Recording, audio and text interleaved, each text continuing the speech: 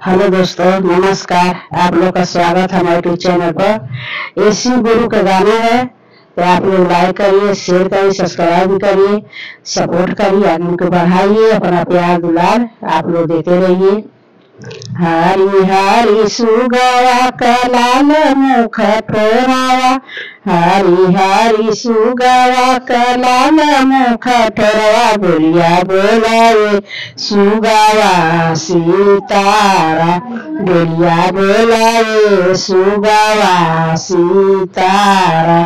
मंदिलाओ में बोला शिव चर्चा में बोलिया, मंदिलाओ में बोलिया शिव चर्चा में बोलिया, बोलिया बोलाए सुगाना, हर हर महादेव, बोलिया बोलाए सुगाना, हर हर महादेव। साझाओ का बोलिया सुबेराओ का बोलिया, साझाओ का बोलिया सुबेराओ का बोलिया, बोलिया बोलाए सुगाना, हर हर महादेव, बोलिया बोलाए सुगाना, हर हर महादेव।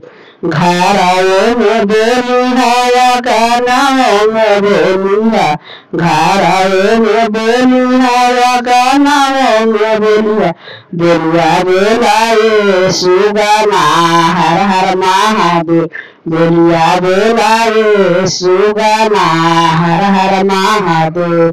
बागिए में बोलिया बगीचा में बोलिया, बागिए में बोलिया बगीचा में बोलिया, बोलिया बोलाए सुगाना, हर हर महादेव, बोलिया बोलाए सुगाना, हर हर महादेव।